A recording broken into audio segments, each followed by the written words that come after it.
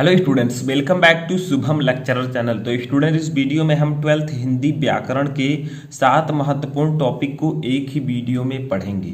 जैसा कि इससे पहले भी मैंने आपको हिंदी व्याकरण में कुछ इस प्रकार के वीडियो प्रोवाइड कराए जिसको बहुत सारे स्टूडेंट ने देखा। ठीक है, इस वीडियो में भी हम 12th हिंदी व्याकरण के जो 7 महत्वपूर्ण टॉपिक आपके स्टार्टिंग में पूछे जाते हैं उनको हम इस वीडियो में डिस्कस करेंगे। ये सभी टॉपिक आपके बोर्ड एग्जाम में 15 नंबर के पूछे जाते हैं। तो सबसे पहले उन टॉपिक्स का नाम जान लेते हैं कि किस किस टॉपिक को हम पढ़ने वाले हैं। नंबर 1 देखिए, मुहावरे और लोकोक्तियां। नंबर 2 संधि विच्छेद, विभक्ति और वचन, शब्द युग्म, शब्द अर्थ, अनेक शब्दों के लिए एक शब्द और वाक्य संशोधन। जिस प्रकार से आपके एग्जाम में पूछा जाता है सेम उसी प्रकार के क्वेश्चंस को मैंने उसी प्रकार से लिखा है। ठीक है, कितने नंबर के पूछे जाते हैं ये भी मैंने लिखा है, टोटल 15 नंबर। ठीक है, अब इस वीडियो को स्टार्ट करने से पहले एक छोटी सी रिक्वेस्ट है कि इस वीडियो को लाइक कर दीजिएगा। अगर लाइक अच्छा खासा आता है तो मैं इस प्रकार की वीडियो हिंदी व्याकरण, इंग्लिश ग्रामर, सभी सब्जेक्ट का मैं इंपॉर्टेंट क्वेश्चन आपको रेगुलर प्रोवाइड कराऊंगा, क्योंकि एक लाइक से मुझे मोटिवेशन मिलता है जिसके लिए मैं आपको और भी अच्छी वीडियो प्रोवाइड कराने की कोशिश करता हूँ। ठीक है, और वीडियो लास्ट तक देखते रहें और लास्ट में आप लोग डिस्क्रिप्शन में इसके पीडीएफ का लिंक है उसको भी जाकर डाउनलोड कर लीजिएगा। ठीक है, अब देखिए सबसे पहले हम डिस्कस करेंगे मुहावरे और लोकोक्तियों का। ठीक है, मुहावरे और लोकोक्तियाँ तो ये आपके बोर्ड एग्जाम में 2 नंबर की पूछी जाती हैं। देखिए कैसे पूछी जाएंगे, जैसे फर्स्ट देखिए, गागर में सागर भरना, ऐसे क्वेश्चन दिया रहेगा। ठीक है, और आगे आपको क्या करना है, इनका अर्थ देते हुए वाक्य प्रयोग करना है। तो गागर में सागर भरना अर्थात इसका अर्थ क्या होगा, इसका अर्थ होगा, ठीक है, संक्षेप में बहुत कुछ कह देना। ठीक है, संक्षेप में बहुत कुछ कह देना। देखिए आपका जो है मुहावरे और लोकोक्तियां हैं, इसलिए मैं लिखकर आपको बताऊंगा और इसके बाद ज़्यादातर टॉपिक आपके बहुविकल्पीय हैं। ठीक है, तो उनको तो मैं ऑप्शन रहेगा उस पर टिक करना है। ठीक है, तो देखिए गागर में सागर भरना यानी कि संक्षेप में बहुत कुछ कह देना। क्वेश्चन इस प्रकार से आएगा कि निम्न में से किन्हीं 2 मुहावरे के अर्थ देते हुए वाक्य प्रयोग कीजिए। अब देखिए गागर में सागर भरना, इसका वाक्य प्रयोग कर देते हैं।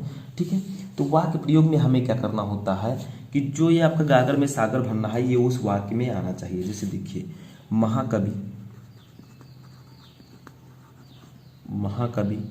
बिहारी, ठीक है, ने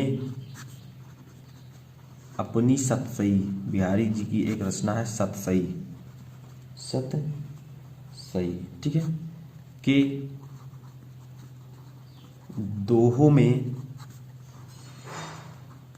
गागर में सागर, ठीक है, गागर में सागर भर दिया। ठीक है, भर दिया। तो देखिए वाक्य प्रयोग हमारा हो गया। वाक्य प्रयोग में आपको करना क्या है, जो क्वेश्चन दिया गया है उसको इस वाक्य में प्रयोग करना है। कोई जरूरी नहीं है कि आप सेम यही वाक्य लिखें, आप कुछ भी लिख सकते हैं, लेकिन इस वाक्य का आना जरूरी है, गागर में सागर भरना। ठीक है, जैसे यहाँ पर आया गागर में सागर भर दिया। ठीक है, तो इसी प्रकार से आपको आंसर लिखना होगा। पहले इसका अर्थ लिखना है, फिर इसका वाक्य प्रयोग करना है। 2 क्वेश्चन मैं आपको मुहावरे और लोकोक्तियों का बताऊंगा। दूसरा है आम के आम गुठलियों के दाम। तो देखिए फर्स्ट वाला तो मुहावरा था, लेकिन ये लोकोक्ति है। ठीक है, मुहावरे और लोकोक्तियाँ 2 टॉपिक हैं, मुहावरा अलग है, लोकोक्तियाँ अलग है। तो लोकोक्तियों में आम के आम गुठलियों के दाम, इसका भी आपको अर्थ लिखना है। पहले इसका अर्थ होगा दोहरा लाभ प्राप्त करना। ठीक है, यानी कि आम के आम भी हैं, गुठलियों के भी दाम ले रहे हैं, प्राप्त करना। ठीक है, तो इसका वाक्य प्रयोग हम कैसे करें, तो इसका वाक्य प्रयोग थोड़ा सा बड़ा है। क्या लिखेंगे हम लोग, मोहन ने चावल तो पहले ही, ठीक है, चावल तो पहले ही अच्छे दामों पर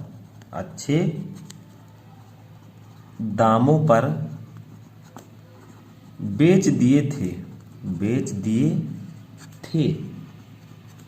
अब धान की, ठीक है, अब धान की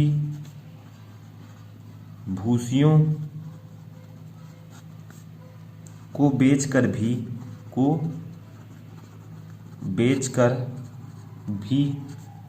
पैसा बना रहा है। ठीक है, यानी कि अच्छा पैसा कमा रहा है, बना रहा है। इसी को कहते हैं, इसी को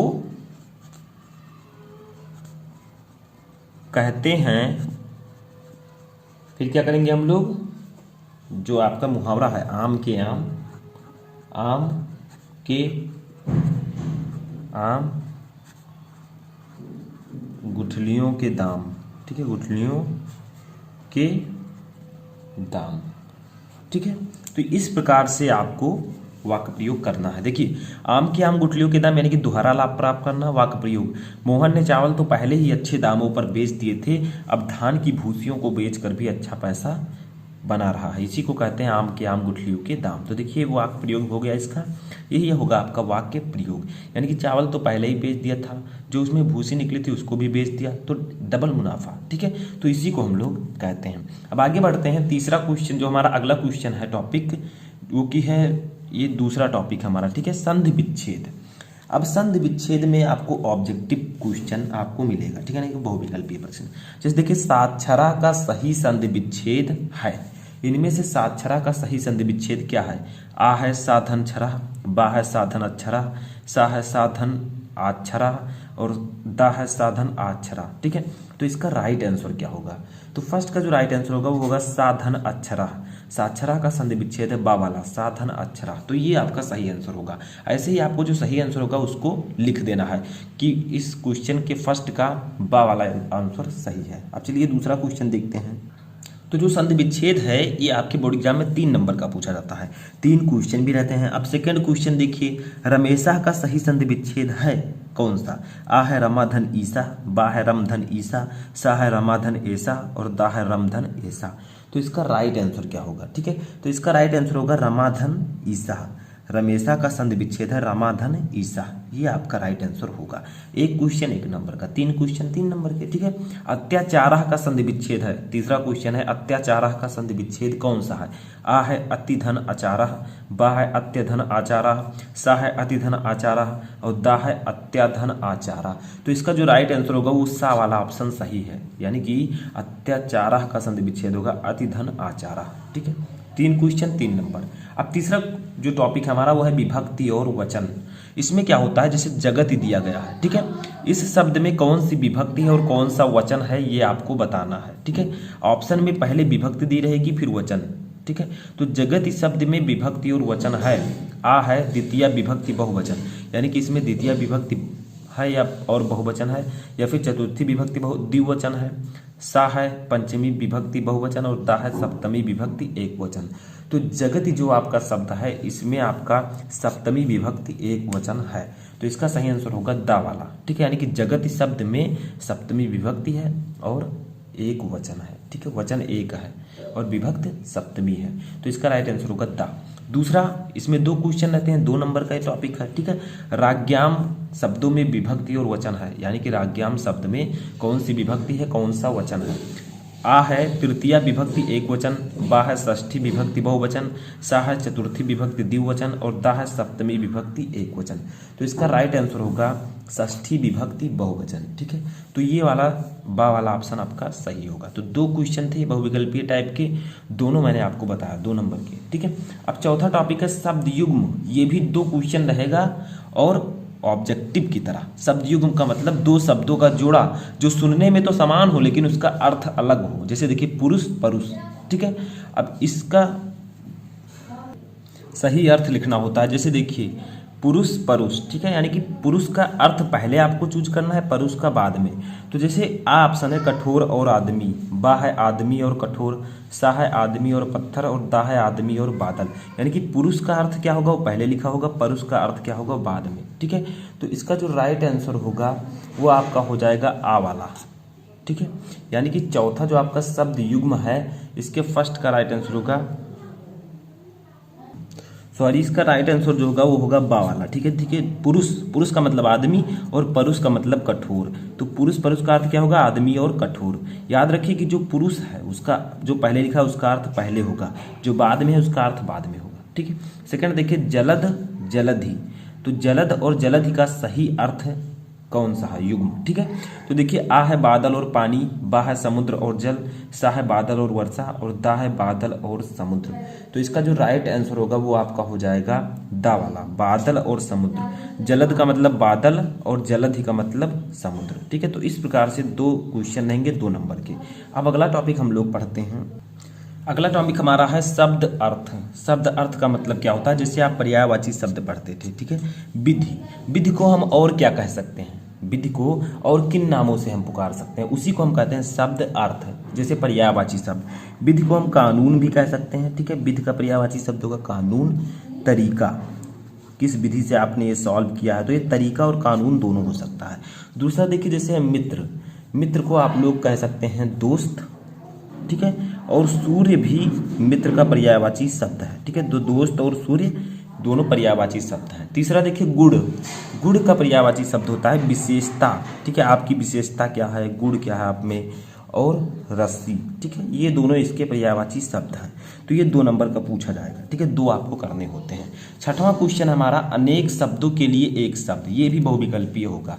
इसका मतलब कि किए गए उपकार को ना मानने वाला, इसको हम क्या कह सकते हैं, अनेक शब्द है लेकिन इसका आंसर आपको एक शब्द में देना है। ठीक है, जैसे किए गए उपकार को ना मानने वाला, आ है कृतघ्न, बा है कृतज्ञ, सा है आकृतघ्न और दा है आकर्ता। तो इसका राइट आंसर क्या होगा, इसका राइट आंसर होगा आ वाला, कृतघ्न। यानी कि जो किए गए उपकार को नहीं मानता है उसे हम कृतघ्न कह सकते हैं। ठीक है, दूसरा देखिए जो सब कुछ जानता हो उसको हम क्या कह सकते हैं, आ है बहुज्ञ, बा है ज्ञानी, सा है सर्वज्ञ और दा है अल्पज्ञ। तो इसका राइट आंसर होगा सर्वज्ञ। जो सब कुछ जानता हो उसे हम लोग सर्वज्ञ कह सकते हैं। 7वां है वाक्य संशोधन। वाक्य संशोधन का मतलब वाक्य दिया गया है, इसमें कुछ गलती है उसको आपको सही करना, सही करके लिखना है, इसी को हम लोग कहते हैं वाक्य संशोधन। जैसे देखिए श्री कृष्ण के अनेकों नाम हैं, इसमें क्या गलती है, पढ़ने पर दिख रहा होगा, इसमें गलती है श्री कृष्ण के अनेकों के स्थान पर आपको अनेक लिखना है। ठीक है, क्योंकि अनेक जो है खुद में बहुवचन है, इसके लिए आपको अनेकों नहीं लिखना है। ठीक है, अनेक नाम है। देखिए थोड़ी सी गलती थी, अगर आप ये सही कर लेते हैं तो आपको नंबर दे दिया जाएगा, अगर नहीं कर पाते हैं तो गलत हो जाएगा। ठीक है, 2 नंबर का ये भी पूछा जाता है। अब देखिए दूसरा है आप प्रातः काल के समय आइएगा। तो आप प्रातः काल के समय आइएगा, तो आप इसको लिख सकते हैं आप प्रातः काल।